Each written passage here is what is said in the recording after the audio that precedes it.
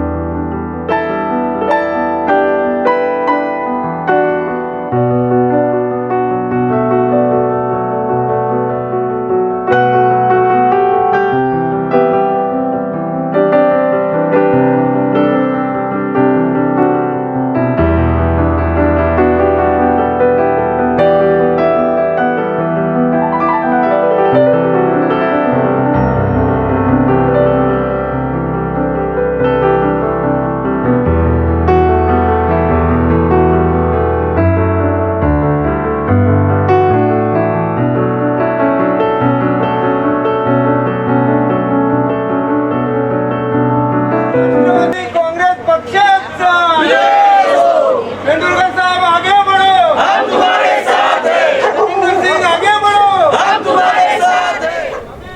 सबसे पहले मीडिया की तरफ से मैं व्यापारी सेल के जिलाध्यक्ष सम्माननीय जतिंदर सिंह जी मोगा और उनके सहकारी रौनक सिंह जी, विक्रम सिंह जी, जससिंह सिंह जी और उनके सभी साथियों को बधाई देता हूँ कि ये दूसरा कार्यालय राष्ट्रवादी कांग्रेस पार्टी का 145 विधानसभा क्षेत्र में होने जा रहा है। आज हमारे कार्यकर्ताओं के लिए खुशी की बात है। 15 साल मीरा भाईंदर महानगर पालिका में सत्ता होने के बाद भी पार्टी का कार्यालय अगर देखेंगे तो विधानसभा क्षेत्र के हिसाब से 15 साल सत्ता होने के बाद भी कार्यालय हुआ नहीं था। और आज व्यापारी सेल का ये ऐसा कार्यालय नहीं है, लेकिन व्यापारी सेल के जिलाध्यक्ष की जिम्मेदारी जतिंदर सिंह मोगा जी को देने के बाद उन्होंने जो अपना कार्य चालू किया है, संगठन जोड़ने का काम बोलो या मुझे लगता है 1-1.5 महीना भी नहीं हुआ उनको वह नियुक्ति पत्र देने के बाद, और नियुक्ति पत्र देने के बाद नियुक्ति होने के बाद 1-1.5 महीने के अंदर ये 145 में कार्यालय आज उन्होंने ओपनिंग किया और आज उसका ओपनिंग हुआ है और सबके सामान्य जनता के लिए ये आज कार्यालय खुला रहेगा। सामान्य जनता के प्रश्न यहाँ पे मिटाए जाएंगे। 145 विधानसभा क्षेत्र में जितने भी राष्ट्रवादी कांग्रेस पार्टी के मेरे पदाधिकारी है, कार्यकर्ता है, आए हुए सभी यहाँ पे आज फ्रंटल सेल के जिला अध्यक्ष है, ब्लॉक अध्यक्ष है, जिले का कमेटी है, इन सभी को मैं आज आपके चैनल के माध्यम से इतना ही बोलूँगा कि आप 145 में कार्यालय हुआ है, यहाँ पे आके बैठिए, लोगों की जो समस्या है उनका निवारण कीजिए। आने वाला 2022 का लक्ष्य मीरा भाईंदर महानगर पालिका का इलेक्शन है, ये कारपोरेट इलेक्शन के, इसमें अपन को आगे अगर जाना है तो सामान्य जनता के जो प्रश्न मूलभूत रहेंगे उसको मिटाने के लिए आज ये कार्यालय यहाँ पे ओपनिंग करके दिया है, ओपन करके दिया है। आप यहाँ पे सुबह शाम आके बैठिए यहाँ पे और सामान्य जनता की जो समस्या रहेगी छोटी मोटी उसका हल निकालिए। सर, अगर बात करें जिस तरह से राष्ट्रीय कांग्रेस पार्टी में युवा और प्रवेश करते जा रहे, क्या लगता है 2022 का जो मिशन आपने जो तय किया है वो लगभग स्थिति भी आ जाएगी? ये सवाल ही नहीं है। सबसे पहले तो युवा का योगदान तो महाराष्ट्र में आपने देखा, विधानसभा में आदरणीय शरद चंद्र जी पवार साहब के युवा की ताकत ही थी। इसके लिए हमारे 54 MLA चुन के आए, विधायक चुन के आए और आज यहाँ पे मीरा भाईंदर में अच्छी तरह से युवक काम कर रहे हैं, विद्यार्थी काम कर रहे हैं। हिंदी भाषिक सेल के जिला अध्यक्ष अमित सिंह ठाकुर जी एक संगठन बढ़ाने का काम अच्छी तरह से कर रहे हैं। एक्टिव कार्यकर्ता पार्टी को मिला हुआ है, उनके साथी माइनॉरिटी बोलो, सामाजिक न्याय विभाग बोलो, अनेक यहाँ पे जिला अध्यक्ष है। वो जिला अध्यक्ष अपनी अपनी जो जिम्मेदारी दी हुई है, आज कम से कम 23 जिला अध्यक्ष फ्रंटल और सेल के हुए हैं। ये 23 फ्रंटल और सेल के जिला अध्यक्ष अपनी अपनी जिम्मेदारी के हिसाब से अच्छे काम कर रहे। अभी हमारे यहाँ पे एक कमी थी कि महिला जिला अध्यक्ष की नियुक्ति नहीं हुई थी, बहुत साल से पेंडिंग विषय था, लेकिन हमारे आदरणीय सुप्रिया ताई सुळे जी और महाराष्ट्र प्रदेश अध्यक्ष सन्माननीय रूपाली ताई चाकणकर ने मीरा भाईंदर में सुप्रिया माइनकर जी को जिला अध्यक्ष के रूप में कमान दिया हुआ है और उनको एक जिम्मेदारी महिलाओं की दी है। उनके साथ ही कार्याध्यक्ष करके वनजा रानी नायडू इनको जिम्मेदारी दिया है। तो एक जो कमी थी वो भी आज कमी पूरी हो गई है। और अगर युवक ही देखेंगे तो युवक ही ऐसा नहीं, सभी का योगदान आज बहुत बड़ा है। आज राष्ट्रवादी कांग्रेस पार्टी मीरा भाईंदर में जीरो हो गई थी। बड़े बड़े नेता छोड़ के जाने के बाद जो हालत आज मीरा भाईंदर में थी अपनी, ये सब लोगों को जिम्मेदारी देने के बाद अपना अपना जिम्मेदारी के हिसाब से काम कर रहे हैं और संगठन बांधने का काम कर रहे हैं। और खास करके जो आज देश में बोलो, महाराष्ट्र में बोलो, महाराष्ट्र में तो महाविकास आघाड़ी है, कांग्रेस, राष्ट्रवादी और सेना, ये मिलीजुली सरकार जो आघाड़ी सरकार अच्छी तरह से काम कर रही है। और केंद्र में अगर देखेंगे सरकार, तो केंद्र में जो आज कल बजट का हुआ, बजट का अगर विषय के ऊपर आएंगे तो कल सामान्य जनता को ये बजट में क्या मिला।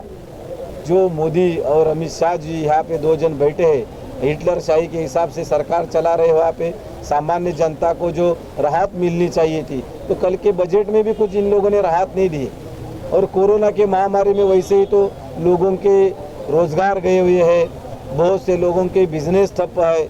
और आज अगर रोजगार के ऊपर बोला जाएगा तो इन लोगों ने पहले ही बताया था कि सरकार आने के पहले कि सरकार हमारी जब भी आएगी तभी 2 करोड़ युवाओं को, 2 करोड़ लोगों को हम नौकरियां देंगे करके। आज कितने लोगों को नौकरियां दिया इन लोगों ने? नौकरी न देने के दिया तो नहीं, लेकिन ये कोरोना के इसमें और नोटबंदी के इसमें इतने लोगों का नौकरियां गया हुआ है। तो कहाँ ना कहाँ ये जिम्मेदार जो है केंद्र सरकार है। आज आंदोलन के माध्यम से शेतकरी लोगों को रास्ते पे उतरना पड़ा। क्यों उतरना पड़ रहा है? कोई वर्ग यहाँ पे ये केंद्र सरकार के राज में सुखी नहीं है। आज कितने दिनों से आप देख रहे हैं कि आज शेतकरी दिल्ली में ठंडी के मौसम में भी आज शेतकरी रास्ते पे उतरा हुआ है। क्यों? किसके लिए? क्या अपना स्वार्थ के लिए वो लोग उतरे? क्या आप लोगों के लिए, हम लोग के लिए ही आज लोग वहाँ पे रास्ते पे उतरे हुए हैं। और ये किधर ना किधर सरकार को इसकी जाग आनी चाहिए थी। जो कायदे इन लोगों ने शेतकरी के जो कायदे विरोध में जो बिल पास किया हुआ है वो कहाँ ना कहाँ गलत है, ऐसा लग रहा है। इसके लिए इतना दिनों से ये लोग रास्ते पे उतरे हुए हैं ना। वो लोगों ने वो भी क्या किया, ये आंदोलन खत्म करने के लिए रोड पे लाठीचार्ज बोलो, मारामारी का ये इसके ऊपर उतर गए। ये बाकी सरकार कुछ कर नहीं सकती है, जान लेने का ही सरकार ये काम करेगी। बाकी का यहाँ पे आज मीरा भाईंदर की बात अगर लेंगे तो राष्ट्रवादी कांग्रेस पार्टी मीरा भाईंदर में अच्छी तरह से हमारे आदरणीय शरद चंद्र जी पवार साहब और महाराष्ट्र प्रदेश अध्यक्ष जयंत दादा पाटिल के नेतृत्व में अच्छी तरह से यहाँ पे मीरा भाईंदर में संगठन बढ़ रही है। और आने वाला 2022 का हमारा लक्ष्य है।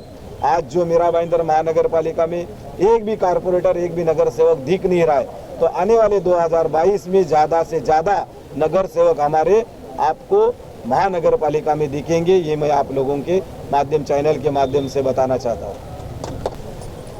राष्ट्रवादी काँग्रेस पार्टी मीरा भाईंदर शहर जिल्ह्याच्या वतीने आज जे मला पद दिलेलं आहे, सुप्रिया माइनकर जिल्हा अध्यक्षाचं पद दिलं आहे, उपस्थित जिल्हा अध्यक्ष आणि सर्व फंटल सेलचे जिल्हाध्यक्ष आणि महिला सर्व आज राष्ट्रवादी काँग्रेस पार्टी परिवाराकडून जितेंद्र भाई और रोहन भाई जी को बहुत बहुत बधाई है। राष्ट्रवादी कांग्रेस पार्टी એટલે हिंदुस्तानનું रक्षण करने वाली पार्टी, सनातन धर्म, सदाचार नीति, उसका पालन उसका आदेश हिंदू महापुरुषों ने किया है और बताया है। तो आप पार्टी का नाम क्या है? राष्ट्रीय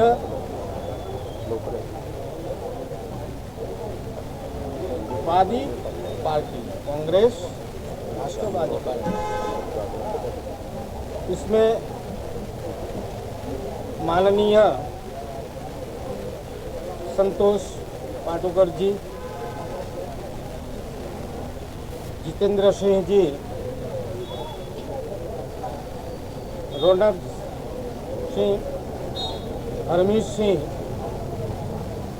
वो सब जो मित्र लोग हैं, आज लगता है कि मीरा भाईंदर उसका उद्धार होगा। First of all Rashtravadi Congress party की तरफ से आप सब मीडिया वालों का मैं वेलकम करता हूं एंड सब लोगों का मैं वेलकम करता हूं जो हमारे साथ में हैं। Specially thanks to Santosh Pandukar ji and Amit भाई, जिन्होंने इस लायक समझा हमें कि एक पोजीशन दिया कि आपको ये बिज़नेस सेल का चीज़ को संभालना है। वो जो हम अभी जैसे उन्होंने बताया कि 1 ही महीना हुआ हमें, और आज हमारे साथ में मैं उन लोगों का थैंक यू करना चाहता हूँ फर्स्ट ऑफ ऑल जिन लोगों ने मुझ पर ट्रस्ट किया, मेरे साथ में जुड़े और आज इस चीज़ को विद इन 1 मंथ ओनली हमने एक ऑफिस का उद्घाटन कर दिया है।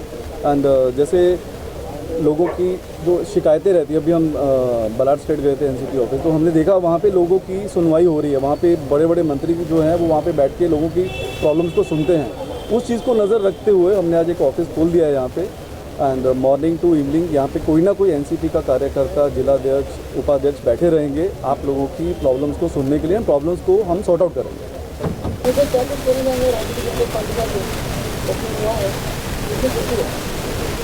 खुशी तो बता नहीं सकते, खुशी तो बहुत है। आज ये हमारी ऑफिस की सेकंड ओपनिंग है और पाजी ने जैसा कमिटमेंट किया वो आने वाले टाइम में 10 से ज़्यादा ऑफिस खोलेंगे, तो खुशी तो बहुत है।